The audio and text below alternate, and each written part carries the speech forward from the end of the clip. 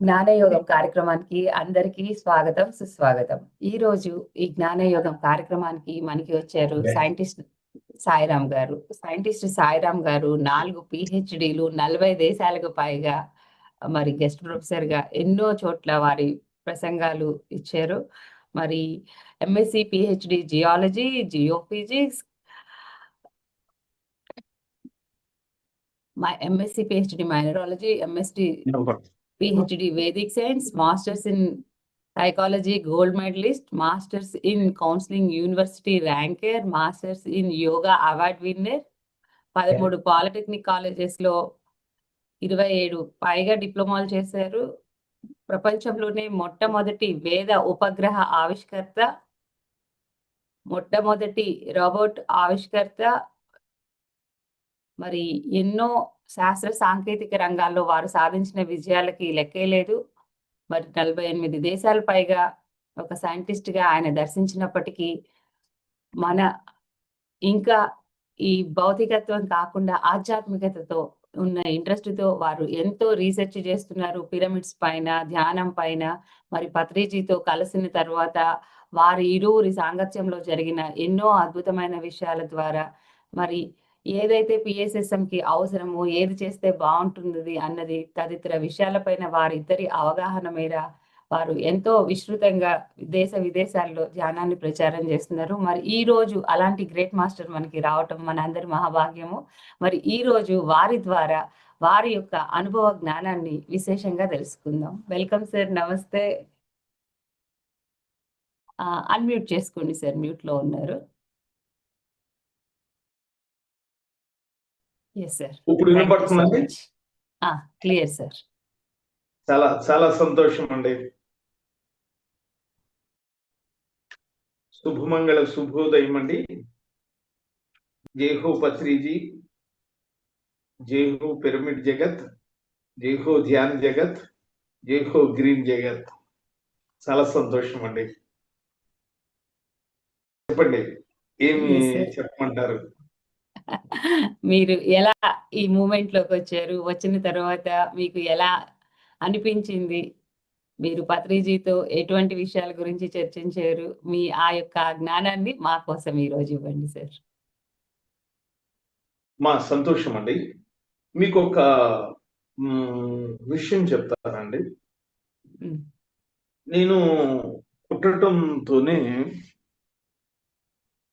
పుట్టడంతోనే చాలా విషయాలకి అతీతంగా ఉండేటువంటి వాడిని అని చెప్పేవారు. అంటే పుట్టిన ఏడవటం కానీ ఇది కానీ ఏం చేయలేదట. ఏం చేసినా ఏడిసేవాడిని కాదట. అప్పుడు ఒక పరమేశ్వరుడి యొక్క శివాలయానికి వెళ్ళి ఇలాగా చేస్తాము అని అంటే, మీ పేరు పెట్టుకుంటాము అని ప్రార్థిస్తే అప్పుడు ఆవిడ సర్వేశ్వర అనేటువంటి పెట్టుకోమని వచ్చిందట మా అమ్మగారికి. వస్తే అప్పుడు ఆ విధంగా పెట్టడం జరిగింది. పెట్టడం మరుక్షణం నుంచే నాకు మాట రావటం అనేటువంటిది, అదే ఏడవటం అనేటువంటిది ప్రారంభించానటండి. అది ఫస్ట్ అటాచ్మెంట్ విత్ గాడ్ అనమాట. అంటే భగవంతునితో అనుసంధానంలో ఉండి, అంటే తల్లి గర్భంలో ఏ విధంగా అయితే మౌనంలో ధ్యాన స్థితిలో ఉన్నామో, బయటకు వచ్చిన తర్వాత కూడా, ఈ బాహ్య ప్రపంచానికి వచ్చిన తర్వాత కూడా అదే స్థితిని కొనసాగించేసరికి వాళ్ళు భయపడి నిర్జీవము కాదు, జీవము కాదు అనేటువంటి పద్ధతుల్లో ఉంటే అప్పుడు ఇది జరిగింది. తర్వాత నాకు 6 నుంచి ఒక 6 సంవత్సరం వచ్చేసరికి అప్పుడు ముమ్మిడివరం బాలయోగి వారు ఆ ముమ్మిడివరం బాలయోగి వారిలో ఉన్నటువంటి గొప్ప విశేషం ఏంటంటే, మా బాబాయ్ గారు, మా సొంత నాన్నగారు తండ్రి యొక్క తమ్ముడు, మా బాబాయ్ గారు మెడిటేషన్, ధ్యానం ఎక్కువ చేసేవారు. మహాయోగి అన్నమాట ఆయన. ఎంత యోగి అంటే, కళ్ళు మూసుకుంటే ఒక మనిషి వస్తే మనిషి యొక్క స్థితిగతులు మొత్తం అంతా కూడా కళ్ళు మూసుకుని చెప్పేవారు. కళ్ళు తెరవటానికి ఇష్టపడేవారు కాదు. అటువంటి వారికి ఎక్కడ మేము ఉండేదే భద్రాచలం దగ్గర, ఎక్కడో చాలా దూరమైనటువంటి ప్రదేశం. ఇక్కడ ముమ్మిడివరం అంటే రాజమండ్రి అవతల అమలాపురం ముమ్మిడివరం అంటారు. ఇక్కడికి ఆ స్వామి ధ్యానంలో కనెక్ట్ అయ్యారు. ధ్యానంలో కనెక్ట్ అయ్యారండి. ధ్యానంలో కనెక్ట్ అయ్యి, అంటే ఆ స్వామి వీరికి ధ్యాన దర్శనం ఇచ్చి వెంటనే రమ్మంటే, అప్పుడు సైకిల్ మీద అక్కడి నుంచి డబ్బులు కూడా చేతుల్లో తీసుకోకుండా ఎలాగ బయలుదేరారో ఏంటో తెలియదు. అలాగ సైకిల్ మీదే, ఆ రోజుల్లో ప్రయాణాలు కూడా లేవు, బస్సులు కూడా లేవు. ఈ రోజు కూడా మా ఏరియా నుంచి సరైనటువంటి బస్సులు కానీ, ట్రైన్స్ కానీ, ఫ్లైట్లు కానీ ఏమీ లేవు. మా ఏరియా నుంచి చాలా మారాలి మేము ముమ్మిడివరం వెళ్ళాలంటే. అటువంటి స్థితులలో ఆయన సైకిల్ వేసుకొని వారు అక్కడికి వచ్చి ఆ దేవాలయ ముమ్మిడివరం వచ్చారనమాట అండి. ఆ ముమ్మిడివరం వచ్చినప్పుడు ఇదెందుకు చెప్తున్నానంటే, గొప్ప విశేషం అనమాట అండి. అసలు ధ్యానము అనేటువంటిది నేర్చుకోవాలి, తెలుసుకోవాలంటే ఈ భూమి మీద ఉన్నటువంటి గొప్ప గొప్ప మహానుభావులైనటువంటి వారి గురించి తెలుసుకున్నప్పుడే పరిపూర్ణం అవుతుంది అనేటువంటి విశేషం. వారు సైకిల్ మీద అక్కడి నుంచి వచ్చి ధ్యానంలో కూర్చుంటే, ఆ ధ్యానంలో ఏమేమి పనులు చేపించాలి, ఆశ్రమం ఎలా కట్టించాలి, కేవలం ధ్యానంలోనే. ఎందుకంటే బాలయోగి వారు మాట్లాడేవారు కాదు, అన్నపానీయాలు ముట్టుకోలేదు. ఆ విధంగా 41 సంవత్సరాలు తపస్సు చేసినటువంటి ఏకైక ఏకైక ఏకైక ఏకైక మహానుభావులు ముమ్మిడివరం బాలయోగేశ్వరులు. ఆ ముమ్మిడివరం బాలయోగేశ్వరులు దగ్గరికి మా బాబాయ్ గారు అలాగా రావటము, వారు ధ్యానంలో అనుసంధానం అవ్వటము, ఆ అనుసంధానం అయిన తర్వాత అక్కడ ఉన్నటువంటి ఆశ్రమాన్ని మొత్తం అంతా కూడా కేవలం తనొక్కరే కట్టించారండి. ఏ ఇంజనీర్ల సహాయం కానీ, వీళ్ళ సహాయం కానీ, ఎవ్వరి సహాయం తీసుకోకుండా వారు కట్టించారండి. ఈ రోజుకి కూడా అద్భుతంగా ఉంటుందండి. ఆ ముమ్మిడివరం బాలయోగి వారి యొక్క గొప్పతనం ఏంటంటే, ఒక గదిలో కూర్చునేవారు. ఆ గదిలో కూర్చుంటే దానికి కిటికీలు ఉండేవి కావు, తలుపులుండే, ఒకే ఒక్క తలుపు ఉండేది. ఆ స్వామి లోనకెళ్ళి కూర్చుంటే తాళం వేసిన దాని మీద కలెక్టర్ గారు, మినిస్టర్లు వచ్చి ఆ తాళానికి సీల్ చేస్తే 360 రోజులు అన్న పానీయాలు ముట్టుకోకుండా, 360 రోజులు కూడాను, సంవత్సరం యావత్తు కూడాను అన్నపానీయాలు ముట్టుకోకుండా, అసలు మంచినీళ్లు కూడా తాగకోకుండా, తదేకమైనటువంటి తపస్సు, కళ్ళు తెరవకోకుండా, ఎవరితోనూ మాట్లాడుకోకుండా మౌనంలో మాత్రమే వారు ఉండేవారు అనమాట అండి. ఆ సంవత్సరానికి వారు వచ్చి సీల్ తీసినా కానీ బయటకు వచ్చేవారు కాదు. ఆటోమేటిక్ గా శరీరం మొత్తం అంతా కూడా ఒక అద్భుతమైనటువంటి ప్రదేశంలో దర్శనమిచ్చేది. ఆ దర్శనానికి, ఆ శివరాత్రి వెళ్ళిన తర్వాత దర్శనానికి కనీసం లేదంటే 10 లక్షల నుంచి 15 లక్షల మంది జనాలు, 10 నుంచి 15 లక్షల మంది జనాలు అక్కడికి వచ్చి స్వామి దర్శనాన్ని మౌనంలోనే చేసుకునేవారు. మౌనంలోనే లక్షల మంది. ఇది విచిత్రం అన్నమాట అండి. భూమి పుట్టిన తర్వాత ఒక మౌన యోగిని దర్శించటం కోసము అన్ని లక్షల మంది వచ్చేవారు. మా చిన్నప్పటి నుంచి మా సొంత బాబాయ్ గారే కాబట్టి మమ్మల్ని ఏం చేసేవారంటే, వారి అబ్బాయిని, నన్ను, తర్వాత ఇంకా మిగతా పిల్లల్ని తీసుకుని వెళ్ళినప్పుడు ఆ యోగి వారు అలాగా కూర్చొని ఉంటే, ఈ లక్షల మంది వచ్చి వెళ్ళిపోతుంటే మమ్మల్ని ఒక చోట కూర్చోబెట్టేవారు. యోగి వారికి అతి దగ్గరలో కూర్చునేవారం. అలాగా ఏంటి వీరు ఎలాగున్నారు, ఎలాగా అసలు కళ్ళు తెరవట్లేదు, లక్షల మందికి పనులు అయిపోతున్నాయి, ఎలాగా పెళ్లిళ్ళు కావాలని, లేకపోతే పొలాలు కొనుక్కోవాలని, పంటలు కావాలని, ఆరోగ్యం కావాలని, ఏ కోరికలు కోరుకుంటే ఆ కోరికలు అయిపోతున్నాయి. కాబట్టి బాలయోగి వారి యొక్క మహత్యము, అంటే వారి యొక్క పవర్ వల్ల అన్ని కార్యక్రమాలు జరుగుతున్నాయి, అందరికి మంచి జరుగుతుందని జనాలు బాగా అనుభవించి, నానుడి కాదు, ఏదో చెప్పుకోవటం కాదు, ఆ యొక్క ఫలితాన్ని అనుభవించి లక్షల లక్షల మంది రావటం ప్రారంభించారు. అటువంటి స్థితులలో మేము అక్కడికి వెళ్ళినప్పుడు రోజులు తరబడి వారు అలా ధ్యానం చేస్తుంటే చూసి ఆవేశం పొంది, భావావేశము అంటారు దీన్ని. భావావేశము పొంది మేము కూడా ధ్యానము చేసేవాళ్ళం అన్నమాట అండి. చిన్నప్పటి నుంచి అంటే ఆరో సంవత్సరం, ఏడో సంవత్సరం అనుకుంటా అండి. ఏడో సంవత్సరం దగ్గర నుంచి 6, 7 సంవత్సరాల దగ్గర నుంచి ప్రారంభించి అలాగ మేము ధ్యానం చేసుకుంటూ ఉండేవాళ్ళం అన్నమాట అండి. ఎంత అద్భుతం అంటే ఆ ఎనర్జీస్‌కి ఉండేటువంటి దివ్యమైనటువంటి ఎనర్జీస్‌కి ఎంతో అద్భుతంగా ఉండేదన్నమాట అండి. అంటే శరీరము ధ్యానం యొక్క అనుభవాలు చెప్పమన్నారు కాబట్టి అసలు ధ్యానం ఎలా ప్రారంభమైందో చెప్పాను. అనుభవాలు చెప్తున్నానండి.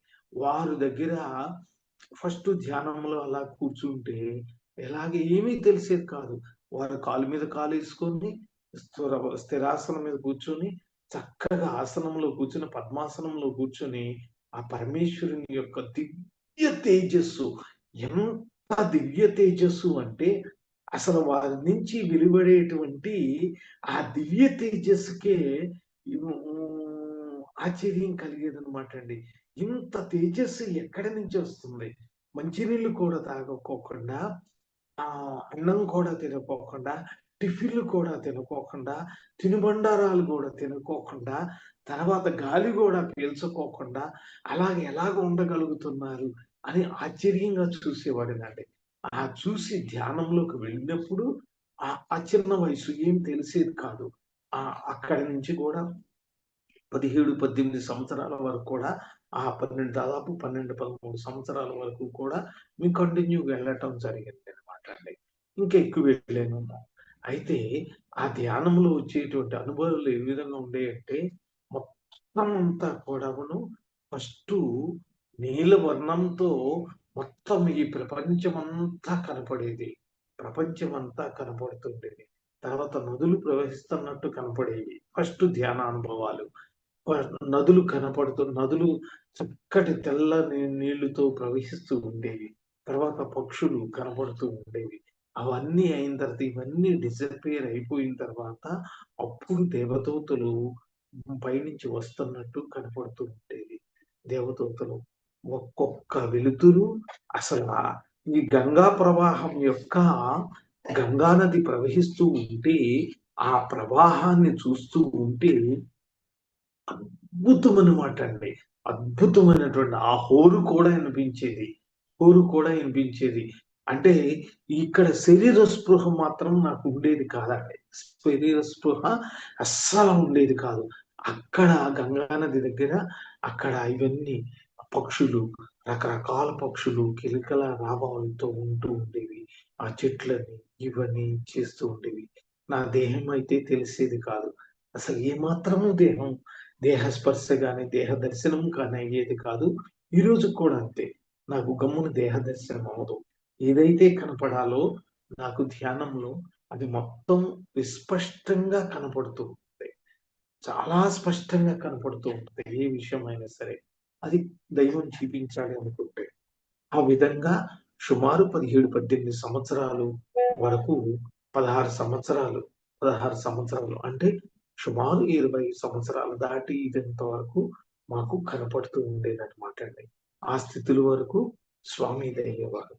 అయిన తర్వాత ఆ ధ్యానము అలవాటు అయిన తర్వాత తెల్లవారుజామునే లేసిన తర్వాత ఇంటికి వచ్చిన తర్వాత మా యొక్క భద్రాచలం ఏరియా కాబట్టి ఇంటికి వచ్చిన తర్వాత ఎక్కువ ధ్యానం చేస్తూ ఉండేవాడిని. ఎక్కువ ధ్యానం చేస్తూ ఉన్నప్పుడు నాకు అన్ని క్లాస్ ఫస్ట్‌లే. అన్ని క్లాస్ ఫస్ట్‌లే. అందరితోను ఎప్పుడు బంగారు తల్లి ఇప్పుడు నవ్వుతూ ఉంది గదా! ఇదేంటి అనితమ్మ. అలాగా ఎప్పుడు నవ్వుతూ ఉండటం, ఆనందంగా సంతోషంగా ఉండటం తప్పితే నాకు ఏ క్షణము కూడా నాకు ఆహ్, అసంతృప్తి అనేటువంటిది ఉండేది కాదు. అటువంటి సమయాలలో నాకొచ్చినటువంటి క్లాస్ అన్ని క్లాస్ ఫస్టే. ఏది విన్నా కానీ వెంటనే చెప్పేయటం, రాయేయటం చేసేసేవాడిని. ప్లస్ ఏంటంటే డిఫరెంట్‌గా క్లాసు ఈ ధ్యానం చేసిన తర్వాత అందరూ అడిగేవారనమాట క్లాస్‌లో. మా మాస్టర్స్ కూడా అడిగేవారు. ఇలాగా నువ్వన్నీ చెప్పేస్తున్నావు రేపొద్దున్నంటే ఇప్పుడు చెప్తున్నావు కదా! ఎలా చెప్తున్నావు అంటే వారు చెప్పేవాళ్ళు. నేను ధ్యానం చేస్తే తెలిసిపోతుందండి. ఎప్పుడు విన్నట్టే ఉంటుందిది. నాకేమీ కొత్తగా లేదు, కష్టంగా లేదు. చెప్పమంటే మొత్తం చెప్పేసేవాడిని. శ్లోకాలతో సహా చెప్పేసేవాడిని. మ్యాథమెటిక్స్ అయితే అసలు చేతుల మీద అండ్ ఫింగర్ టిప్స్ అంటారు. మొత్తం అప్పటికప్పుడు సాల్వ్ చేసేసేవాడిని. అలాగా సోషల్ ఏంటి, సైన్స్ ఏంటి, హిందీ ఏంటి, సాంస్క్రిట్ ఏంటి, సెకండ్ లాంగ్వేజ్ సాంస్క్రిట్ అన్నమాట అండి. ఆ విధంగా మాకు జరుగుతూ ఉండేది. అయితే అటువంటి సమయాలలో నాకొక చిన్న విషయం జరుగుతూ ఉండేది. ఏదన్నా క్షేత్రం అది ముమ్మిడివరం. ముమ్మిడివరం వెళ్ళినప్పుడు ఈ ఇందాక చెప్పినటువంటి ధ్యాన అనుభవాలు కలుగుతూ ఉండేవి. కొంతకాలం తర్వాత ఈ అనుభవాలన్నీ గూడా శూన్యమైపోయి టోటల్ శూన్య స్థితికి వచ్చేసినాయండి. ఏ స్థితికొచ్చిందంటే, కేవలం ఒక తెలుపు కాదు, నలుపు కాదనుకోండి. అసలు నలుపు లేదు. ఒక పాల రంగు గాదు, తెలుపు కాదు. అటువంటి స్థితి మాత్రమే మొత్తం కనపడుతూ ఉండేది. అసలు శరీరం ఎక్కడికెళ్ళిపోయిందో కూడా అర్థం కానటువంటి స్థితిలో ఉండేది. ఆ స్థితిలో ఉన్నప్పుడు ఆ స్థితిలో ఉన్నప్పుడు ఒక బ్రెయిన్‌లో ఒక విచిత్రమైనటువంటి సన్నివేశాలు మాట్లాడుతున్నట్టు, ఎవరితోనో మాట్లాడుతున్నట్టు, ఎవరో వీళ్ళతో ఉన్నట్టు, హిమాలయ యోగులతో ఉన్నట్టు నేను కలలు కనేవాడినండి. కలలో నేను కాదండి, ధ్యానంలో అలా జరుగుతూ ఉండేది. అటువంటప్పుడు ఏం చేద్దారు ఇలా అనేటువంటిది అయినప్పుడు నేను 10థ్ క్లాస్ అయిపోయిందండి. 10థ్ క్లాస్ ఫస్ట్ మంచి మంచి మార్కులొచ్చినియి. అందరికీ కూడా నేను ఆదర్శం అన్నమాట. యోగా ఏంటి, మెడిటేషన్ ఏంటి, ధ్యానం ఏంటి, గేమ్స్ ఏంటి అందరూ అసలు అన్ని విషయాల్లోనూ ఫస్ట్ ఏదొచ్చినా గానీ నా పేరుతో వస్తూ ఉండేది. ఇంటర్ కాలేజియేట్ ఎక్కడికి వెళ్ళినా సరేనండి, గేమ్స్‌కి గానీ, ఇది గానీ ఎక్కడికి వెళ్ళినా గూడా అందరితోనూ ప్రేమగా ఉండేవాడినండి. ప్రేమ అంటే నాకు చాలా ఇష్టమండి. చాలా ఇష్టం. ప్రేమంటే, ప్రేమంటే ఎంత ఇష్టమంటే అంత ఇష్టంగా ఉంటూ ఉండేవాడిని. అటువంటి సమయాల్లో ఇంకొక విషయం జరిగిందండి. మా చిన్న బాబాయ్ గారే ముమ్మిడివరం బాలయోగి వారికి. పెద్ద బాబాయ్ గారొచ్చేసేసి కంప్లీట్ పుట్టపర్తి సత్యసాయి బాబా వారితో. పుట్టపర్తి సత్యసాయి బాబా వారితో ఉండేవారన్నమాట అండి. వారు తెల్లవారుజామున ఓంకారము, సుప్రభాతము, ఫస్ట్ ధ్యానము కంపల్సరీ మా ఇంట్లో ఎవ్వరికైనా సరే. ధ్యానము, ధ్యానము అయిన తర్వాత ఓంకారము, సుప్రభాతము, గాయత్రి మంత్రము చెప్తూ అయిన తర్వాత నగర సంకీర్తన ఇవన్నీ వారు చేపిచ్చేవారు. ఈ బాబాయ్ గారే ధ్యానం చెయ్యి చాలనేవారు. ఆ బాబాయ్ గారు ధ్యానం అయిపోయిన తర్వాత ఇయన్నీ చేయాలని జెప్పి పెద్దనాన్నగారు మా పెద్ద బాబాయ్ గారు, పెద్దనాన్నగారు అవి చేపిచ్చేవారు. నాన్నగారి కంటే పెద్దాయన క్షమించండి. పెద్దనాయన గారు మాకది చేపిచ్చేవారు. శ్లోకాలు ఇవన్నీ. అటువంటి స్థితులలో ఎళ్ళిపోయినప్పుడు ఆ శ్లోకాలు కానీ, ఇది గాని చెబుతూ ఉన్నప్పుడు ప్రత్యేకమైనటువంటి స్థితిలోకి వెళ్ళినప్పుడు యోగులు కనపడుతూ ఉండేవారు. ఇదేంటి నాకు కనపడటం ఏంటి నాన్నగారు ఇదేంటి అనేటువంటిది మా నాన్నగారితో మాట్లాడాలంటే భయమండి. మా అమ్మగారితోనే మాట్లాడటానికి అమ్మగారితోనే చాలా ప్రేమగా ఉండేవాడిని. నాన్నగారంటే చాలా భయమనమాట. అటువంటి స్థితిలో మా అమ్మగారిని అడిగితే, అయితే ఒక్కసారి హిమాలయాలకు తెలిసినోళ్ళు వెళ్తున్నారు. హిమాలయాలకి వెళ్తావా అనంటే, వెళ్తానండి అమ్మగారంటే, మా అమ్మగారు హిమాలయాలకు పంపించారండి. హిమాలయాలు వెళ్ళిన తర్వాత అక్కడ హిమాలయ యోగులతో నాకు సాన్నిధ్యం ఏర్పడింది. ఎక్కడ? పహల్గాం దగ్గర. పహల్గాం దగ్గర చిత్రకూట అని ఉంటది. పహల్గాం దగ్గర సాధుకూట్ అని ఉంటది. పహల్గాం దగ్గర సాధుపూర్ అని ఉంది. అక్కడికి తీసుకొని వెళ్ళారు. వీళ్ళందరూ సాధకులనమాట అండి. వీళ్ళ గొప్ప గొప్ప సాధకులనమాట. అక్కడికి తీసుకొని వెళ్తే మా అమ్మగారికి మంత్రోపదేశం చేసినటువంటి గురువులు, అమ్మగారి యొక్క గురువులు వచ్చేసేసి వారు ఎంత గొప్పవారంటే మా యొక్క అమ్మవారి గురువులు వారు ధ్యానం చేసిన తర్వాత నీళ్ళల్లో నీళ్లు వాటర్లో ఒత్తు వేసి ఒత్తు అంటే దీపం వెలిగించేటువంటి పత్తితో తయారు చేసినటువంటి కాటన్తో తయారు చేసిన ఒత్తి వేసి అలాగ నొక్కితే ఇమ్మీడియట్ గా దీపం వెలిగేది. నీళ్లతో దీపం వెలిగించేవారు అనమాట. అటువంటి వారితో చిన్నప్పటి నుంచి సాంగత్యం ఏర్పడింది. ఆ దీపం వెలుగుతూనే ఉండేది, అజరామరంగా వెలుగుతూ ఉండేది. ఎంత అద్భుతంగా వెలుగుతూ ఉండేదో చెప్పలేమన్నమాట అండి. ఆయన ఏం చేసేవారు, ఆ గురువు గారు ఏం చేసేవారు, ఆయన పేరు పోలవరం నాగయ్య గారు. ఆయన పేరు మా ఇంటి దగ్గరలోనే ఉండేవారు. పోలవరం అనేటువంటి ఊర్లో ఉండేవారు.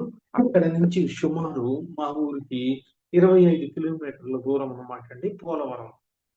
మా అమ్మగారికి గురువు గారు అన్నమాట అండి. మా అమ్మగారు భగవద్గీత ఉపాసకురాలన్నమాట. అంటే భగవద్గీత యొక్క ఇది సారాంశం అనేటువంటిది, జ్ఞానం అనేటువంటిది వారికి జన్మతః వచ్చినటువంటి జమీందారు బిడ్డలు అనమాట. వీళ్ళంతా జమీందారులు అనమాట అండి. ఈ గురువులు మా ఇంటికి వచ్చినప్పుడు వారు ఏం చెప్పేవారంటే, నన్ను చూసి వీడు వీడు చాలా పనులు చేస్తాడు అని ఉండేవారు. నాకే ఎనర్జీ తట్టుకోలేకపోయేవాడిని. ఎనర్జీ అస్సలు తట్టుకోలేకపోయేవాడిని. ఏ స్థాయిలో తట్టుకోలేకపోయేవాడిని అంటే, అక్కడ ఈ ధ్యానంలో కూర్చున్నప్పుడు కానీ, లేకపోతే యజ్ఞయాగాదుల దగ్గర కానీ, ఎక్కడికి వెళ్ళినా ఏది చూసినా అందుట్లో లయం అయిపోయేవాడిని. లయం అయిపోతే అది చెయ్యాలనిపించేవాడిని. అంత స్థాయిలో మనకి జరుగుతూ ఉండేదన్నమాట క్లాసుల్లో కూడా. ఇప్పుడు హిమాలయ యోగుల దగ్గరికి వెళ్ళినప్పుడు ఆ హిమాలయాల యోగులు నాకు కలిసినప్పుడు వారు మాట్లాడినటువంటి విధానం చూసి ఇంకా నేను సాధించాలి, ఇంకా చెయ్యాలి. వారి హఠయోగం గురించి వీటి గురించి చెప్పేవారు. ఆ హఠయోగాన్ని ఏ విధంగా సాధించాలి, అసలు మైండ్ మీద కంట్రోల్ ఏ విధంగా తీసుకురావాలి, అసలు ధ్యానానికి మైండ్కి బుద్ధికి సంబంధం ఏంటి, మనస్సుకి బుద్ధికి సంబంధం ఏంటి, బుద్ధికి చైతన్యానికి సంబంధం ఏంటి, చైతన్యానికి ఆత్మస్వరూపానికి సంబంధం ఏంటి, ఆత్మస్వరూపానికి దివ్యాత్మ స్వరూపానికి సంబంధం ఏంటి, దివ్యాత్మకి సంబంధం ఏంటి, ఈ స్టేజెస్ ఏ విధంగా మనం దాటుకుంటూ వెళ్ళినప్పుడు మహాత్ముల్లాగా ఇది చెయ్యొచ్చు అనేటువంటిది నాకు కోరిక కలిగేదండి. చిన్నప్పటి నుంచి ఒక మహాయోగిని అయిపోవాలి, మహాయోగి అవ్వాలి అనేటువంటిది కలలు కనేవాడిని. ఆ కలలు కనేటంతో హిమాలయాల్లో అక్కడ ధ్యానంలో కూర్చొని చేసేవాడిని. చేసినప్పుడు అక్కడి నుంచి కాశ్మీర్లో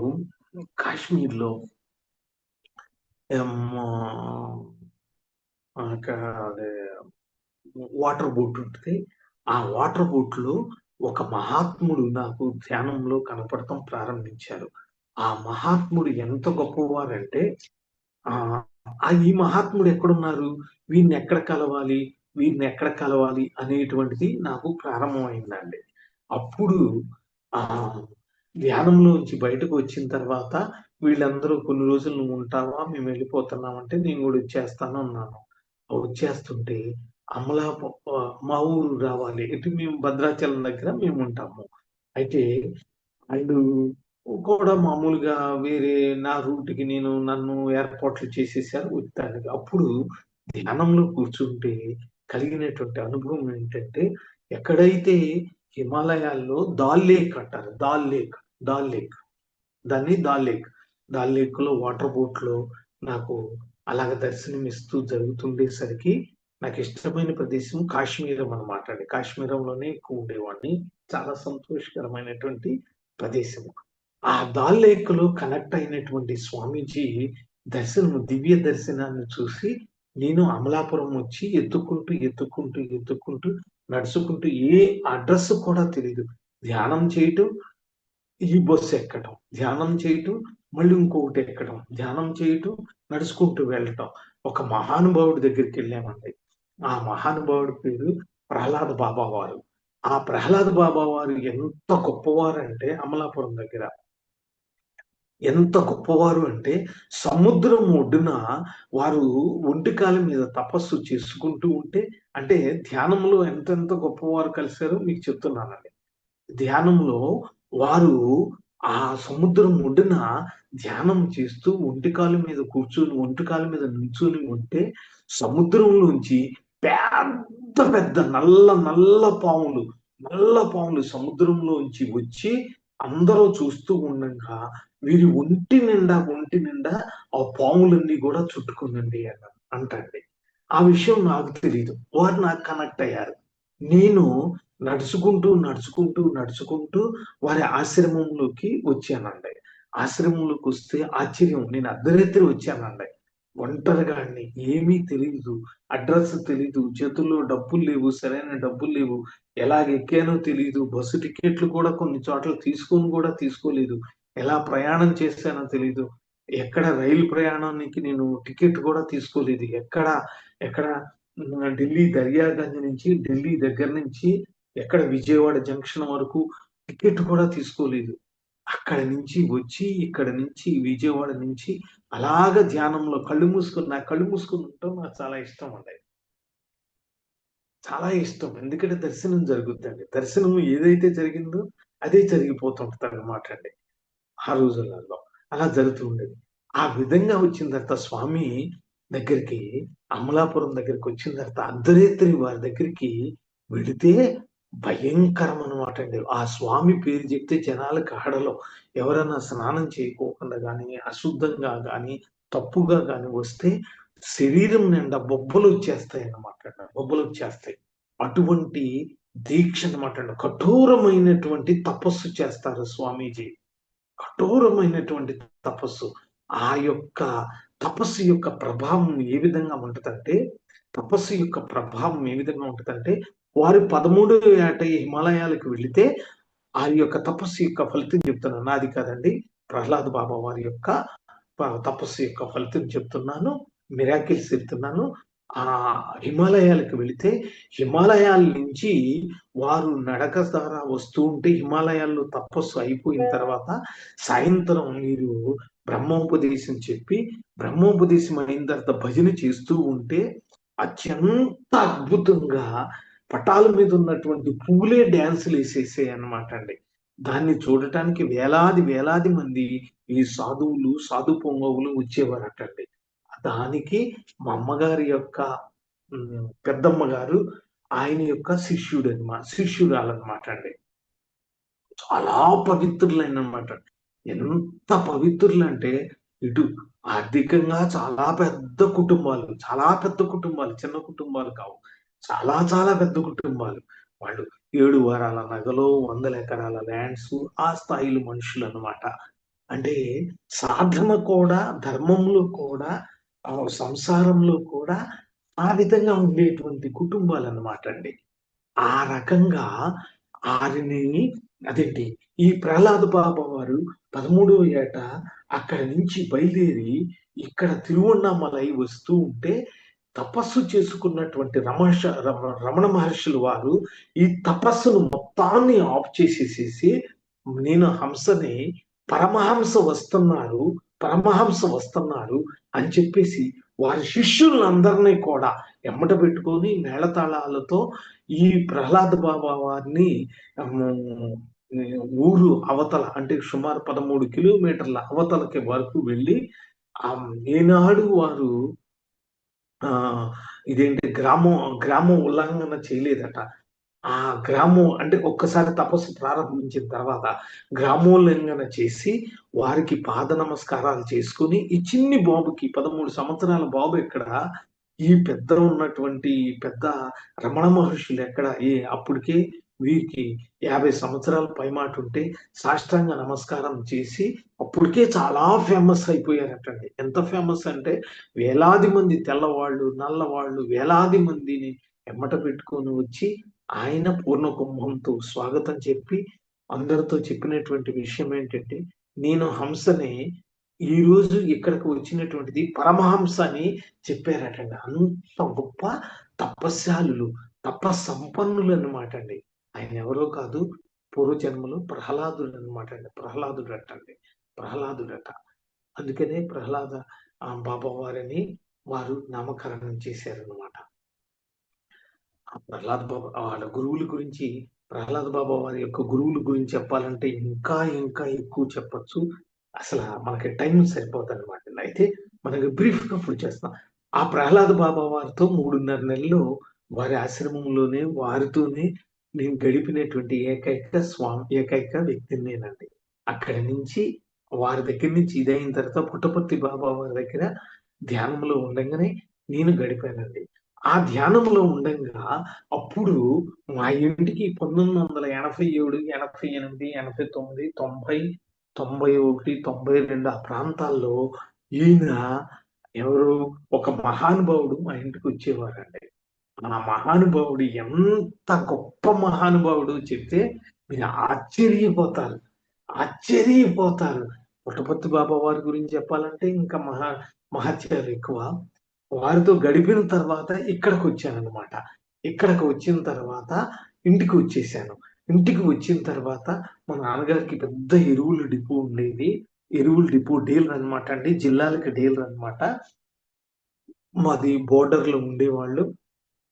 భద్రాచలం బోర్డరు, ఇటు మధ్యప్రదేశ్ బోర్డర్‌లో ఉండేవారు. అక్కడికి సుభాష్ గారనేటువంటిది ఈ మహానుభావుడు వచ్చేవారనమాట. వచ్చినప్పుడు చక్కగా పిల్లన గ్రోవ్ అంటే ఫ్లూట్ అన్నమాట. చక్కగా ఊది ఫస్ట్ అట్రాక్ట్ చేసేవారు. తర్వాత ఈయన ఎరువులు ఆఫీసర్‌గా వచ్చేవారు. ఎరువుల ఆఫీసర్‌గా వచ్చినప్పుడు ఈయన మెడిటేషన్ చెప్తూ ఏం చెప్పేవారంటే, మీరెవ్వరూ ఈ ఎరువులు వేయొద్దు. ఆఫీసర్లు ఉన్నప్పుడే వాళ్ళని మాట్లాడమనేవారు. ఆఫీసర్లు వెళ్ళిపోయిన తర్వాత మా ఇంట్లోనే ఉండేవారు. అంటే ఒక ఆశ్రమం ఉండేది. ఆశ్రమం దగ్గరలో ఆశ్రమం ఉండేది. ఒక ఆశ్రమం అంటే మరీ పెద్ద ఆశ్రమం కాదు. చిన్న ఆశ్రమం ఉండేది.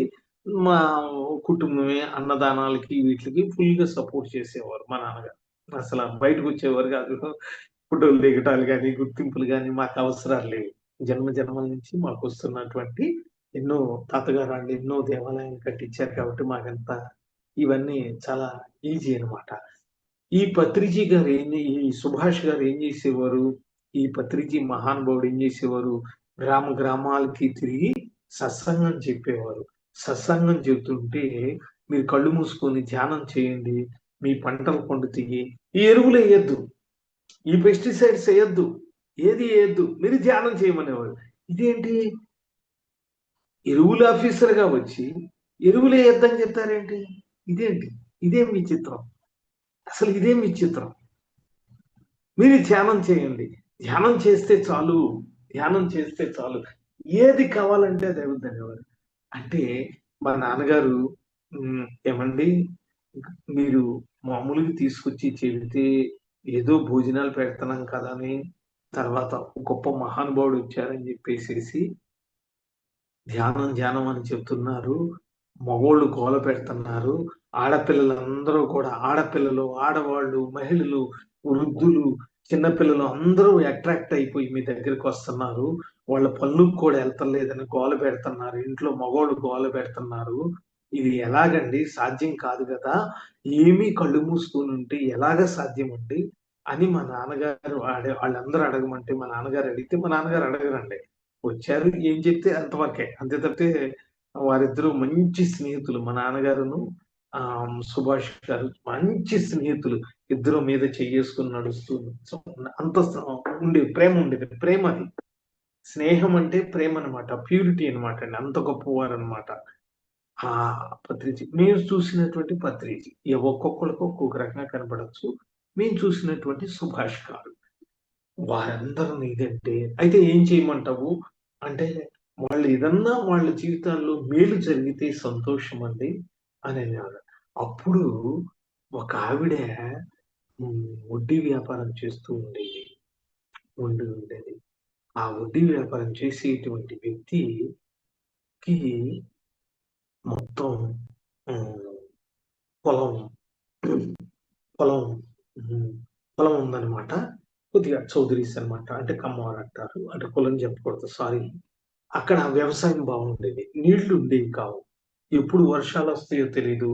ఎప్పుడు ఈ అంటే అతివృష్టి, అనావృష్టి ఉండేది. ఎప్పుడు ఈ విధంగా ఉండేదో కాదు. ఒక్కొక్క సంవత్సరం అయితే 7, 8 సంవత్సరాలు పంటలు పండక సర్వనాశనం అయిపోయి, ఆ జనాలు జావబోతే, ఆ జావలు తాగటానికి మాకు బాగా గుర్తు ఇప్పటికి కూడా. జావ, చోడి జావ అంటాం. అంటే జొన్న జావ కాదు, చోడి జావ. చోడి జావ పోస్తే, నూకల జావ పోస్తే, ఆ జావ దాగి బతకటానికి మనుషులు లేకపోతే చచ్చిపోతారు. ఆ స్టేజీలనమాట. నేను చెప్పేది ఎంత కఠినాతి కఠినమైనటువంటి రోజులు మీరు ఆలోచించొచ్చు. చాలా బాధ కలుగుతుంది. అసలా చెబుతుంటేనే అయ్యా అన్నమయ్యా, అన్నమయ్యా, ఆకలవుతుందయ్యా, ఆకలవుతుందయ్యా అంటుంటే, అటువంటి స్థితులలో ఈ ధ్యానం పేరు పెట్టి ఈ యొక్క అన్నం ఫుల్‌గా అన్నం పెడుతూ ఉంటే, ఆ పెద్ద పెద్ద గిన్నెలు తీసుకొచ్చుకొని, అయ్యా 2 పూట్లకొస్తది పెట్టమని బతిమిలాడుతుంటే, కేవలం ఈ ధ్యానం కోసమని, అన్నం కోసమని వచ్చేవారు. తర్వాత పత్రిజీ గారు ఏం చెప్పేవారంటే, ఫుల్‌గా పెట్టమనేవారు. ఫుల్‌గా పెట్టమనేవారు. ఏవండీ చాలా మందొస్తున్నారంటే, మీకేం పర్వాలేదు పెట్టమని కొబ్బరికాయని 2 కొబ్బరికాయలని కొట్టి, 2 చేతులతో కొబ్బరికాయలు గుచ్చుకొని ఇలా కొట్టి, ఆ కొట్టినటువంటి నీళ్ళని అందుట్లో పోసేవారండి. పోసిన తర్వాత కాసేపు ధ్యానం చేయమనేవారు. మాకన్నీ కనెక్ట్ అయ్యాయి. పుట్టపర్తి సత్యసాయిబాబా వారియి, ఇక్కడిది ప్రహ్లాద్ బాబా వారిది, ముమ్మడివరం బాలయోగి వారిది ఇవన్నీ కనెక్ట్ అయ్యాయి. అన్నీ ఎవరి మనసులో వాళ్ళ గురువులుంటే ఆళ్ళ గురువులను తలుచుకునేవాళ్ళం. నేను మటికి ఇది ఓపెన్‌గా చెప్తున్నానండి. ధ్యానంలో తలుచుకునేవాళ్ళం. తలుచుకుంటే ఎంతమందొచ్చినా సరిపోయేది భోజనం. ఎంత ఆశ్చర్యం అంటే ఎంతమందొచ్చినా ఆ భోజనాలు సరిపోతూ ఉండేయి. చక్కగా మిగిలేవి. ఎన్నో మహత్యాలన్నమాట అండి. ఇంతమంది మనం తయారు చేసింది 300 మందికైతే 500 మందొచ్చినా, 600 మందొచ్చినా లేకపోతే 1500 5, 6 గ్రామాలకు కలిసి 1500 మందికి మనము ఆహారం తయారు చేస్తే 1500 మందికి తయారు చేయడం సరిపోయేది. 4, 500 మందికి తయారు చేస్తే 1500 మందికొచ్చేది. ఇలాంటి మహత్యాలు చూపించేవారు. పత్రిజీ గారు. తర్వాత అక్కడ కూర్చొని ఒక రోజున మా నాన్నగారికి జిలేబీ అంటే ఇష్టము. జిలేబీ అంటే ఇష్టము. అందరూ ఉన్నారు. మా నాన్నగారి మనసు జిలేబీ మీద పోయిందంట. ఎక్కడ రాజమండ్రి అని ఉంటది మాకు దగ్గరలో. రాజమండ్రి అనేటువంటి ఊరుంది. ఆ జిలేబీలో దానవాయిపేటలో జిలేబీ చాలా ఫేమస్సు. ఈయన పత్రిజీ గారు అక్కడ కూర్చున్నప్పుడు ధ్యానం అయిన తర్వాత "నీకు బుద్ధి లేదన్నారు." ఏం బుద్ధి ఉంటదండి? నా మనసంతా కూడా జిలేబీ మీద పోయిందంటే, జిలేబీ తింటావా అంటే, జిలేబీ తింటావంటే తింటాను అంటే, జిలేబి తింటాననే కదండీ మీకు చెప్పింది. నా మనసు అట్టయిపోయింది. ధ్యానం లేదు, ఏమి లేదంటే, జరిగిన విషయం మా నాన్నగారు ఓపెన్ మాట్లాడేస్తారు. అంటే ఇలా ఒక ప్లేట్ తెమ్మని, ప్లేట్ తెస్తే దాని మీద ఒక గుడ్డ అంటే ఒక టవల్ లాంటిది, ఒక క్లాత్ లాంటిది ఏమంటే కొట్టేస్తే, గుడ్డ తీస్తే దాని నిండా జిలేబీ ఉంది. వేడి వేడి జిలేబీ ఉంది. మా నాన్నగారు తిన్నారు. అక్కడ ఉన్నటువంటి వాళ్ళందరికి పెట్టారు. అప్పుడు మా నాన్నగారు టోటల్‌గా మారిపోయారండి. ఇదివరకు స్నేహితుడిగా ఉన్నటువంటి పత్రిజీ గారిని అప్పుడు గురువుగా కాదండి. ఒక దైవీ స్థితిలో చూడటం ప్రారంభించారు. అప్పుడు ఈయన మీద నమ్మకం కలిగి అస్తమానం ఈయన్ని ఎక్కడుంటే అక్కడ పుచ్చుకొని వచ్చేవారనమాట అండి. పుచ్చుకొని వచ్చేవారు. అప్పుడు చిన్న ఆఫీసర్ అనమాట. వచ్చినప్పుడు అప్పుడు ఏం జరిగేదంటే ఈ మహత్యం చెప్తున్నాను అంటే ఇప్పుడు పత్రిజీ మహత్యాలు చెప్తున్నాను. ఇది బహుశా ఎవరు చెప్పుండరు. మీకు నేనిప్పుడు చెప్తాను. ఎందుకంటే, ఈ వందలాది మంది మా గ్రామాల్లో చూశారు కాబట్టి, మీకిప్పుడు చెప్తున్నాను. ఏం జరిగిందంటే, ఆవిడేమో అదే వ్యవసాయం చేస్తూ ఉంటే, ఆవిడకి నీళ్లు లేకపోతే, ఆ అమ్మాయి కొద్దిగా రెబెల్ క్యాండిడేట్. అంటే, ఏదైనా ధైర్యంగా మాట్లాడటమే కాకోకుండా, కొద్దిగా వ్యతిరేక భావాలతో ప్రశ్నిస్తూ ఉండేది. ధ్యానం ఇలా చెయ్యమ్మా అంటే ఎందుకు చేయాలి? కళ్ళు మూసుకుంటే ఎందుకు మూసుకోవాలి? విత్తనాలేయాలంటే విత్తనాలు ఎందుకెయ్యాలి? నాకు చెప్పాలి ఆవిడకి కారణం చెప్పాలి. చెప్తేనే తప్పితే సాటిస్ఫై అయ్యేది కాదు. భర్తనైనా సరే నిలదీసి పడదొబ్బేది. అసలు డోంట్ కేర్. ఎవ్వరిని డోంట్ కేర్ చేసేది కాదు. అటువంటి స్థాయిలలో ఆ ఊర్లో పెద్ద నుయ్యిలు ఉంటాయి అన్నమాట. మా ఏరియాలో పెద్ద పెద్ద నుయ్యిలు అంటే వెళ్ళనమాట. నీళ్లు తోడుకునే దాన్ని నుయ్యి అంటాం. బావి అంటారు కొన్ని ప్రదేశాల్లో. ఈ బావి తవ్వారు. పాత బావే మళ్ళీ తవ్విచ్చారు. తవ్వినా కూడా నీళ్లు పడలా. ఏం పడలా. ఏం చేయాలో తెలియదు. నీళ్లు పడట్లేదు. డబ్బులు కట్టలేదు. ఎందుకంటే కరువు రోజులు. ఆ రోజులలో ఇన్ని పంటలు కానీ, ఇంత డబ్బు కానీ, ఇంత ఐశ్వర్యం కానీ, ఇంత లగ్జరీస్ కానీ, విలాసమైన స్థితులు ఇవ్వండి అసలు. అసలు లేనే లేవు. అటువంటి స్థితులలో వీరు దగ్గర ప్రశ్నించింది ఆ అమ్మాయి. ఏమండి, మీరు ధ్యానం చెప్తున్నారు. ఈ ధ్యానంలో మీరు మహత్యం చూపించాలి కదా! ఆ మహత్యం ఏ విధంగా చూపిస్తారు? ఆ మహత్యం ఏ విధంగా చూపిస్తారు అని అడిగితే, ఏమి మహత్యం అంటే ఆ రోజులలో మహత్యాలు జరుగుతూ ఉండేవి. ఇప్పుడు ఆ నుయ్యి దగ్గరికి ఈ జనాలందరిని తీసుకుని వెళ్ళి ధ్యానంలో కూర్చోబెట్టి ఇది చేసి అందరి చేతులలో పుష్పాలు పెట్టించారు. పుష్పాలు అంటే ఫ్లవర్స్ అన్నమాట. పువ్వులు అన్నమాట. తెలిసినటువంటి పువ్వులు తీసుకొని వచ్చి ఇది చేసి కూర్చోమని చెప్పి ఇచ్చేసి ధ్యానం చేపించారండి. అందరికీ గురువులు ఉన్నారు. ఎవరికి లేరు అనుకోవద్దండి. ప్రతి ఒక్కరికి గురువులు ఉన్నారు. అంటే ఎక్కువ మందికి. అటువంటి స్థాయిలలో ఆ రోజులలో మీకు ఇష్టమైనటువంటి వ్యక్తిని ఫస్ట్ బిగినటువంటి రోజులలో మీ ఇష్టమైనటువంటి గురువుల్ని, వ్యక్తుల్ని గుర్తు చేసుకోమనేవారండి. తర్వాత శూన్యమవ్వమనేవారు. ఫస్ట్ ఉండేదండి. ఫస్ట్ ఉండేది. తర్వాత గురువులను కూడా తీసేశారు. అంటే ఆ గురువుల్ని గుర్తు చేసుకోండి, మీ తల్లిదండ్రులను గుర్తు చేసుకోండి అని చెప్పేవారనమాట అండి. తల్లిదండ్రులను గుర్తు చేసుకోండి, గురువుల్ని గుర్తు చేసుకోండి, మీకు ఇష్టమైన దేవుణ్ణి గుర్తు చేసుకోండి అని చెప్పేవారు. తర్వాత తీసేశారు. అంత ఫస్ట్‌లో ఇనిషియల్‌గా చెప్పారు. తర్వాత ఇక అసలు అయి చెప్పడం మానేసేసి ప్రశాంతంగా కూర్చోండి అనేటువంటిది మానసిక భావనలోకి తీసుకొచ్చేశారు. ఫస్ట్ దైవత్వంతో బిగిన్ చేసినటువంటి ఈ యొక్క ధ్యానము, ఆ దైవత్వం అనేటువంటి అంటే దేవీ దేవతలు అనేటువంటి తీసేసేసి కేవలము ప్రశాంతత తీసుకొచ్చారు. ప్రశాంతత నుంచి ప్రకృతిలోకి తీసుకెళ్ళేవారు. అన్ని చెట్లు, అంత గాలి బావుంది. అలా తీసుకొచ్చేవారు. తర్వాత స్టేజీలో ఆ ప్రకృతిని కూడా తీసేసి ప్రశాంతతలోకి తీసుకొచ్చారు. తర్వాత ప్రశాంతత కూడా మానేసేసి నెమ్మదిగా స్టేజి ఎలా మార్చుకుంటూ వచ్చారంటే, కోరికలు లేని స్టేజిని డైరెక్ట్‌గా ఆయన అలా కూర్చుంటే కనెక్ట్ అయిన స్టేజికి తీసుకొచ్చారు. ఇప్పుడు మనం ఎక్కడున్నాము? ఆ నూతి దగ్గరున్నాము. ఆ నూతి దగ్గర అందరూ కలిసి ధ్యానం చేసి ఇది చేసేస్తే అందరూ అనుకున్నారు భోజనాలు పెట్టిస్తారు. భోజనాలు సహజం గదా! భోజనాలంటే జనాలందరూ వచ్చేస్తారు. జనాలందరూ వచ్చారా ఇంతట్లో ఈయనొచ్చారంటే అట్రాక్షన్ ఫుల్ అట్రాక్షను. వందలాది మంది జనాలు ఈయనకి అట్రాక్ట్ అయిపోతూ ఉండేవారు. అది ఏంటో మనకు తెలీదండి. విపరీతమైన అట్రాక్షన్ అన్నమాట.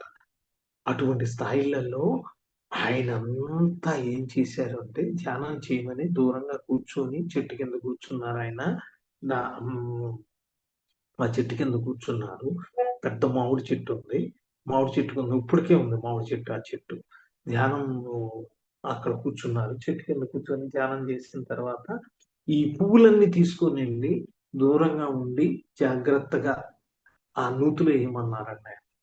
నూతిలో ఏసారండి. నూతిలో ఏసొచ్చి మళ్ళీ ధ్యానం చేయమన్నారండి. మళ్ళీ ధ్యానం జరిగిన సంఘటన చెప్తున్నానండి.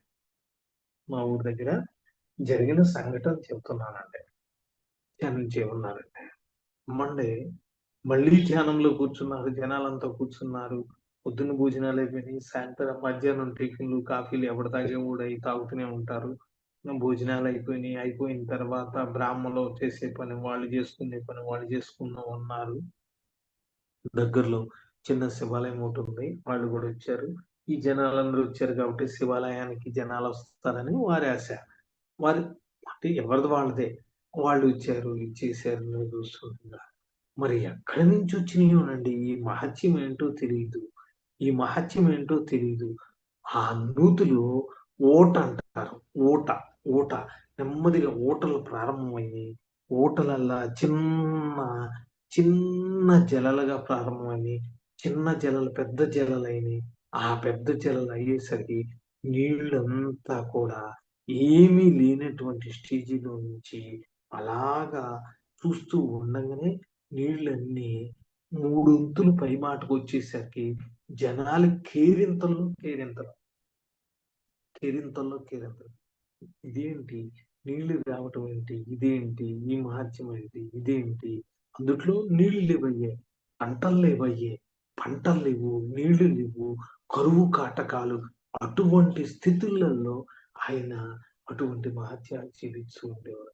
ఆ నీళ్లను చూసి, ఆ గంగమ్మ తల్లిని చూసి అసలు ఎంత సంతోషం అంటే, ఎంతంటే అసలు ఆ సంతోషానికి అవధులు ఉండవండి.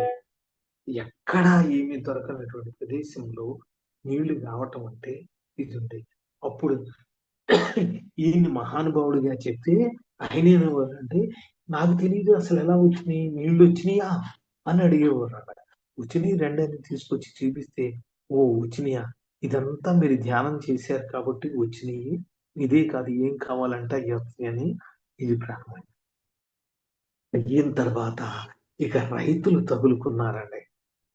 ప్రతి ఒక్కరు మా ఇంట్లో పెళ్లి కావాలి, మా ఇంట్లో ఇది కావాలి, మా ఇంట్లో ఈ శుభం జరగాలి, మా ఇంట్లో ఈ కష్టాలు ఉన్నాయి, ఇది ఉంటే ఓపికగా విని ఇది ఏం చెప్పేవారంటే, మీరు ధ్యానం చేయండి, ధ్యానం చేస్తే కనుక మీకు పెళ్లి అవుతుంది, ధ్యానం చేస్తే కనుక ఇది అవుతుంది అనేవారండి. అంటే ఒక ఆయనకి 3 భార్యలు ఉన్నారు. మరి ఇక్కడ చెప్పకూడదు కానీ చెప్పేస్తున్నా. 3 భార్యలు. అంటే ఒక భార్య అఫీషియల్, 2 అన్అఫీషియల్. కానీ 2 ఈయన కిందే ఉండేవారు. 3 భార్యలు. అంటే పెద్ద ఆవిడకి పిల్లలు పుట్టలేదు. మొదట ఆవిడకి.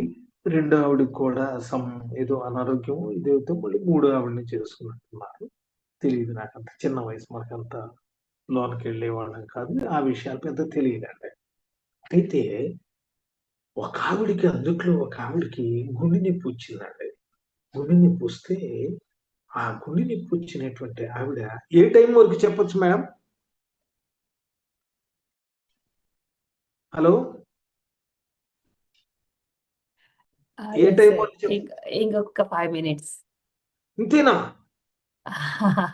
6:40 అయింది, ఆల్రెడీ 6:45 వరకు. ఇంకో సెషన్ తీసుకుందాం. ఓకే సార్, అయితే ఇప్పుడు చెప్తారండి. Yes sir. అయితే అప్పుడు జరిగినటువంటి విషయం ఏంటంటే, గుండె నొప్పి వస్తే అది హైదరాబాద్ హాస్పిటల్లో ఎక్కడ చూపించినా ఈ అమ్మాయికి ఆపరేషన్ చేయడం కష్టం, చెయ్యాలంటే లక్షలు అవుతాయంటే ఈ పేద ప్రజలు ఆ రోజుల్లో హైదరాబాద్ రావటం అంటే ఇది గొప్ప, అది చూపిస్తే కష్టం కదా అని చేస్తే ధ్యానం చేయమంటే, ధ్యానంలో ఆ అమ్మాయి నడిచేది కాదు, నడిసే ఓపిక కూడా ఉండేది కాదు.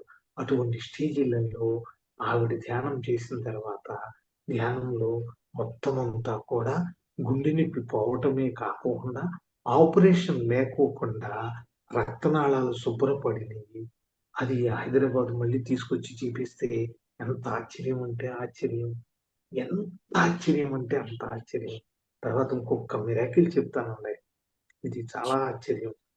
ఈ మిరాకిల్ చెప్తాను, చెప్పేంతవరకు ఎవరిని వదలను. ఇది ఇక్కడ పంటలు సరిగ్గా లేనటువంటి సమయాల్లో, ఈయన పంటల ఆఫీసర్ కదండి, పొలాల చుట్టూ తిరుగుతుండేవారు కదా, ఈయన పొలాల ఆఫీసర్ కదా.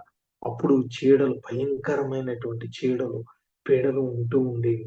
అంటే పురుగులు, తెల్ల బంక, నల్ల బంక, ఆ పురుగులు, రకరకాల పురుగులు పడుతూ ఉండేవి. అన్ని అసలు పంటలన్నీ నాశనం అయిపోతూ ఉండేవి.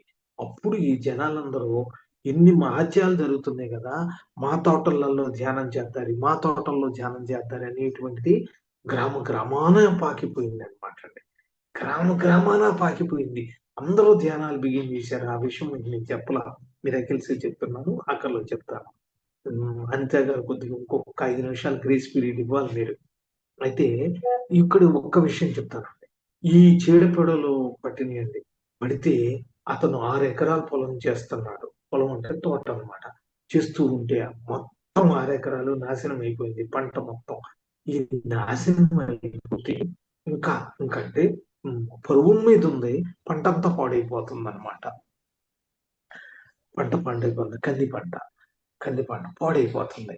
ఈ పాడైపోతున్నటువంటి సమయంలో ఆయన డౌట్ వచ్చింది. ఏమండి ఈ ధ్యానాన్ని కూడా ఇక్కడ మరి మనం చేస్తున్నాం కదండి. అయ్యా ఎలాగండి పంట ఇదంటే, ఇలాగా పంట నిండా పురుగులు ఉన్నాయండి. మీరే మందులు ఎత్తున్నారు. మందులు వేసినా కూడా మా దగ్గర డబ్బులు కూడా లేవు. మేము బతకాలో సావాలో ఎలాగో ఏంటో చెప్పండి అనంటే, అందరం కలిసి వెళ్దారండి. ఆటోమేటిక్‌గా అనేసరికి అందరూ జనాలందరూ పొలోమంటూ ఈ జనాలు మొత్తం అందరూ కూడా మెడిటేషన్ అక్కడ పెట్టారండి. మెడిటేషన్ అక్కడ పెడితే శుభ్రంగా అన్నాలు, గిన్నాలు మాది మాది డ్యూటీ. అన్నాలు, భోజనాలు, ఏర్పాట్లు, ట్రాక్టర్‌లు ఇది మాది. మిగతా జనాలందరిని పోగు చేసుకొని వచ్చేటువంటి వాళ్ళు ఇంకా జనాలున్నారు. మొత్తం అందరూ పొలుముంటే అక్కడికొచ్చేసారు తోట దగ్గరికి. అంటే ఊర్లల్లోనే గదండీ! అంతా ఊర్లల్లోనే గదా! ఆ ఊరెళ్ళారు. అలో ఊర్లోనే కాబట్టి ఆహ్, మర్రిగూడెం అనమాట. ఊరి పేరు మర్రిగూడెం. ఇక్కడ తోటలో ధ్యానం బిగించేశారండి. బిగించేస్తే ఈయన ఏం చెప్పమన్నారంటే, ఆ ధ్యానం చాలా డిఫరెంట్ ధ్యానం. అది ఆశ్చర్యం అండి. అందరిని కళ్ళు తెరవమన్నారు. కళ్ళు తెరిసి చూడమన్నారు. చూసి అసలు ఈ తోట ఎలా ఉందో పరిశీలన చేయాలనుకున్న వాళ్ళందరినీ పరిశీలన చేయమన్నారండి. పరిశీలన చేశారు. ఏమీ బాగోలేదండి. ఇది బాగోలేదు, అది బాగోలేదు. విత్తనాలు బాగోలేదని, తర్వాత పురుగులొచ్చేసినియని, పురుగులు విత్తనాల ద్వారా వచ్చినియని, లేదా పక్క తోట నుంచి వచ్చినియని, ఇయన్నీ రకరకాల ఆయనతో చెప్తే అందరిని చూడమన్నారండి. అందరూ చూసారండి. ఆడోళ్ళేంటి, మహిళలేంటి, మగోళ్ళేంటి అందరూ చూసారండి. రైతులు, మెయిన్ రైతులు అందరూ. రైతులు ఇంకా విచిత్రం. ఏదన్నా ఒక మంచి నీళ్లొచ్చినియి అనేసరికి వరలక్ష్మి గారి తోటలోనే మంచి నీళ్లొచ్చినియి అనేసరికి ఆళ్ళకి పంటలు పండుతున్నాయి అనేసరికి అందరికి ఆశ. మా కుటుంబం బాగుండాలి అనేటువంటిది ప్రార్థన. ప్రతి ఒక్క జీవుడికి ఉంటది. ఆ ఆస్తి వందలాది మంది వచ్చేస్తే అందరూ చూస్తుండగా వారేం చెప్పారు అంటే చూడమన్నారండి. చూసి ధ్యానం చేయమన్నారండి. మాట్లాడితే వచ్చి చెంప మీద పెట్టి కొట్టేవాడిని. చచ్చే భయం. కొట్టేవాడండి బాబు. చాలా కొట్టేవాడు. భయపడేవాడు. ఎవరికీ భయపడేవాడు కాదు. అటువంటి సమయంలో 6 ఎకరాల తోటలో చేస్తూ ఉండగా 2 ఎకరాలు ఓనర్‌కి, 2 ఎకరాలు కౌలుదారికి, 2 ఎకరాలు మాకు. అంటే ఈ పురుగులకి. మీరు ఓ పురుగుల్లారా, పురుగుల్లారా, ఓ పురుగుల్లారా, పురుగుల్లారా మీరు ఇక్కడికి మీకు 2 ఎకరాలు కేటాయిస్తున్నాము. దయచేసి మీరు ఆ ప్రదేశానికెళ్ళి మీరు తినండి. మాకు కుటుంబాలున్నాయి కదా! ఈ కుటుంబాలకి మాకు కావాలి. నేను ఓనర్‌కి కట్టాలి. డబ్బులు కట్టాలి గదా! అది ల్యాండ్ ఓనర్‌కే. అంటే పొలం అతనికి డబ్బులు కట్టాలి కదా! అని చెప్పంటే మీరు నమ్మండి. ఈ ధ్యానంలో ఉండంగా, చేస్తూ ఉండంగా తర్వాత కళ్ళు మూపిచ్చారు. చూస్తూ ఉండంగా జనాలందరూ చూస్తూ ఉండంగా ఈ పురుగులు జుయ్యమంటూ లేసి ఆ ఒక్క ఏరియాలో ఉన్నటువంటి పురుగులు లేసి చివ్వున 2 ఎకరాల్లోకి వెళ్ళిపోయిందండి. ఏమి మహత్యం అండి. ఏమి మహత్యం అండి. ఏం మహత్యాలండి. ఏం మహత్యాలండి. ఇది సామాన్యమైనటువంటి విషయం కాదు. సామాన్యమైనటువంటి విషయం కాదు. ఇంకొక గ్రేస్ పీరియడ్ ఈ మహత్యం చెప్పి ఆఫ్ చేస్తాలేండి. Okay sir. ఎలాగంటే అటువంటి పురుగులు కూడా మొత్తం వెళ్ళిపోయిన తర్వాత పంట ఎంత అద్భుతంగా వచ్చిందంటే అసలు 6 ఎకరాల్లో ఎంత పంట పండుతుందో అంత పంట 4 ఎకరాల్లో వచ్చింది. అంటే సుమారు 6 ఎకరాల్లో సుమారు ఒక 20 బస్తాలు, ఒక 25 బస్తాలు పండాలి అంటే గనక ఈ ఈ 4 ఎకరాల్లో అంత పంట వచ్చేసేసింది. ఎంత ఆశ్చర్యం అంటే అంత ఆశ్చర్యం. నా 2 ఎకరాల పంట కూడా ఎక్కడికి పోలేదనమాట. అయినా కూడా ఇది జరిగింది. అప్పుడు ఈ 3, 4 నెలల తర్వాత పంట తర్వాత 4 నెలల పైమాట పడుతుంది. ఈ 3 నెలల్లో కూడా వాళ్ళ దగ్గర ఈ పురుగులు పోవటం చూశారు. మిగతా ప్రాంతాల్లో అన్ని చోట్ల కూడా అందరూ ధ్యానాలు బిగించేశారు. బొట్లు పెట్టటం ఈ మా మా ఇంటి మా మా తోటలో కూలి పని ఉందని చెప్పటం కాదు. మా తోటలో ధ్యానం ఉంది రండి. మాకు భోజనాలు ఎవరికాళ్ళు భోజనాలు ఇది ఏర్పాటు చేసుకునే ధ్యానాలు తోటలలో ఏర్పాటు చేసుకునేవారు. ఆశ్చర్యం అన్నమాట అండి. అంటే ప్రకృతితో అన్నమాట. ఈయనేం చేసేవారు? ఏం జరిగింది ఏంటనేటువంటిది విపులంగా చెప్పేవారు ఆ రోజుల్లో. ఇప్పుడు లేదు విపులం. ఈ రోజుల్లో విపులం ఉంది. ఆ రోజుల్లో విపులంగా చెప్పేవారు. ఎలాగా? మీరు ఎలాగ పోయినియండి? ఆ పురుగులు ఎలాగ మాట్లాడినియి? ఎలాగ పోయినియి? ఏంటి అనంటే ఆయనేం చెప్పేవారంటే, మీరు యూనివర్సల్ అంటే దేవుడి ఎనర్జీతో యూనివర్సల్ కాస్మిక్ ఎనర్జీకి కనెక్ట్ అయ్యారు, దేవుడి ఎనర్జీకి కనెక్ట్ అయ్యారు. అలా కాస్మిక్ ఎనర్జీ, దేవుడి ఎనర్జీ అనేటువంటి దాన్ని మళ్ళీ భూమి మీదకి ఆ దేవుడు 84 లక్షల జీవరాశుల్ని సృష్టించారు. ఆ 84 లక్షల జీవరాశులతో మాట్లాడి అందుకే అన్నపానీయాలు ఏర్పాటు చేసేటువంటి ఆవిడకి జన్మనిచ్చినటువంటి ఆ జగన్మాతే వారికి ఆ పురుగులు కూడా డైరెక్షన్ ఇస్తే ఆ డైరెక్షన్ ప్రకారం ఆ పురుగులు వెళ్ళిపోయినాయనేవారు. అంటే మీరు ధ్యానం చేస్తే బతుకున్న జీవులే కాక బతుకున్నటువంటి కంటికి కనపడనటువంటి జీవులతో కూడా మీరు మాట్లాడవచ్చు. మీరు ఏది కావాలంటే అది చేయొచ్చని ప్రూవ్ చేసేవారు అన్నమాట అండి. ప్రూవ్ చేసేవారు. ఆ విధంగా వ్యాధుల దగ్గర నుంచి, నీళ్ళ దగ్గర నుంచి, పంచభూతాల దగ్గర నుంచి అన్ని విషయాల్లోనూ కూడా ఈ కనెక్ట్ అవ్వచ్చు అనేటువంటి ఈ ధ్యానం గురించి చెప్తూ ఉండేవారండి. క్షమించండి. మీ అందరిని ఇబ్బంది ఏమన్నా పెట్టానేమో తెలీదు. ఇంకొక 2 నిమిషాలు తీసుకుంటా.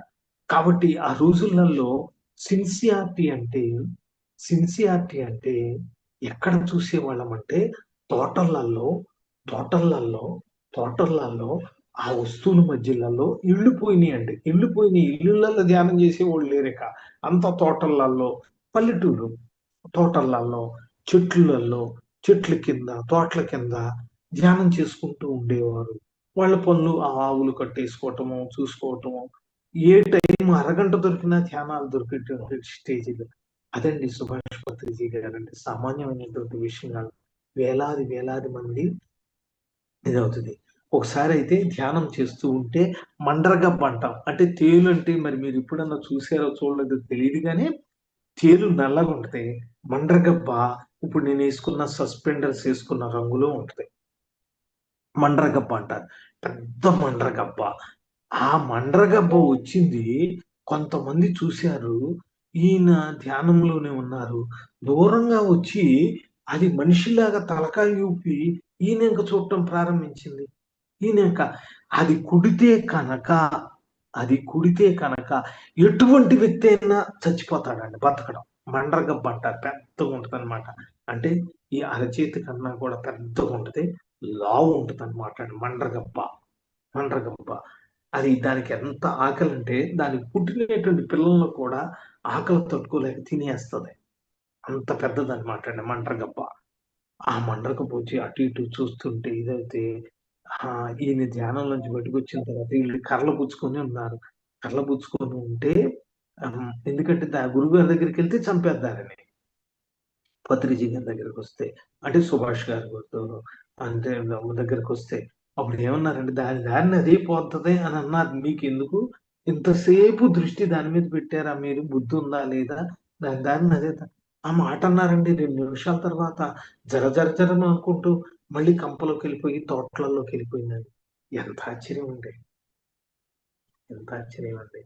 ఎంత ఆశ్చర్యం. ఇంకా మహత్యాలు బోలెడున్నవి. ఈ యొక్క ధ్యానం యొక్క మహత్యము వల్ల అక్కడ పంటలు మామూలు పంటలే కాకోకుండా చక్కని పంటలే పడును. చీడ పీడలు పోవటమే కాదు. ఆ పంటలతో ధ్యానం చేపిస్తే పంటల్ని హత్తుకొని ధ్యానం చేపిస్తే పంటలు ఎంతో ప్రేమతో అంటే కౌలించుకొని అన్నమాట. చేస్తే ఇదైతే అద్భుతంగా పంటలు పండటమే కాకుండా ఎంతో సంతోషంగా ఉండేవి. అందుకని పత్రిజీ గారిని రావటంతో ఎత్తుకుపోయేవారు జనాలు. ఎత్తుకుపోయేవారు. మా దగ్గర చేద్దారండి, మా ఊరు చేద్దారండి, మా ఊరు చేద్దారండి, మా ఊరు చేద్దారండి. అప్పుడు ఆయన చెప్పారు తర్వాత స్టేజీలో, మీరు శుభ్రంగా చేస్తే ఏ ఊరు వెళ్ళాలన్నా నేను చెప్తానని చెప్పి తర్వాత అలాగా stage by stage, stage by stage మార్చుకుంటూ అత్యంత సన్నిహితంలో ఆ రోజులలో చెప్పేవారు. ఇంకా బోలెడన్ని మిరాకిల్స్ ఉన్నాయి. ఇంకా నేను చెప్తే గనక అనిత ఊకోదిక. వైజాగ్ నుంచి వచ్చి నన్ను పుచ్చుకుంటది. ఇంకా పుచ్చుకొని "వస్తావా ఆపు ఆ సాయిరాం" అని నన్ను పుచ్చుకొని ఇంకా వదలరండి. ఆ! కాబట్టి చాలా సంతోషం. ఈ అవకాశం ఇచ్చినటువంటి హ్మ్.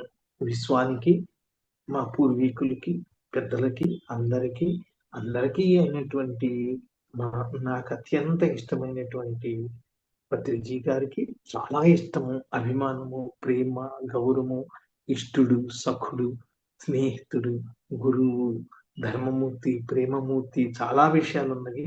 కనీసం లేదంటే ఒక 15 రోజులు చెప్పినా కూడా ఆయన మిరాకిల్స్ తగ్గవండి. నేను చెప్తానండి మిరాకిల్స్ అన్నీ చెప్తానన్నమాట.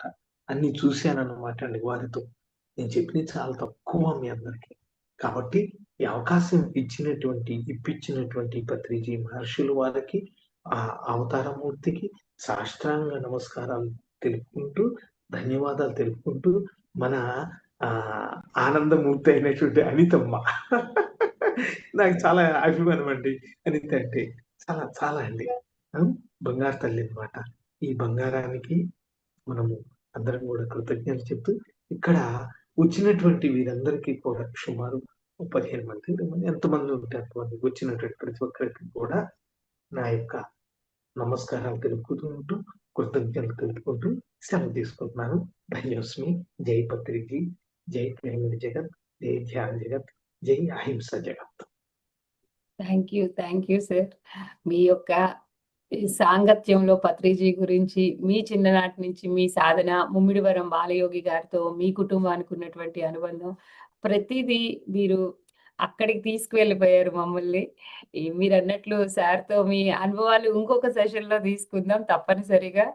మాస్టర్స్ చూస్తున్నారు కదండి, ప్రతి ఒక్కరికి వారి జీవితంలో ఉన్నటువంటి అనుభవాలే మనం ఈ జ్ఞాన యోగంలో అనుభవాలుగా తీసుకుంటున్నాం. ధ్యాన సాధనకు ముందు, ధ్యాన సాధన తర్వాత. మరి ఈ రోజు మనకి సాయిరామ్ గారు వారి చిన్ననాటి నుంచే ఆ ధ్యానము అన్నది ఉంది వారి దగ్గర.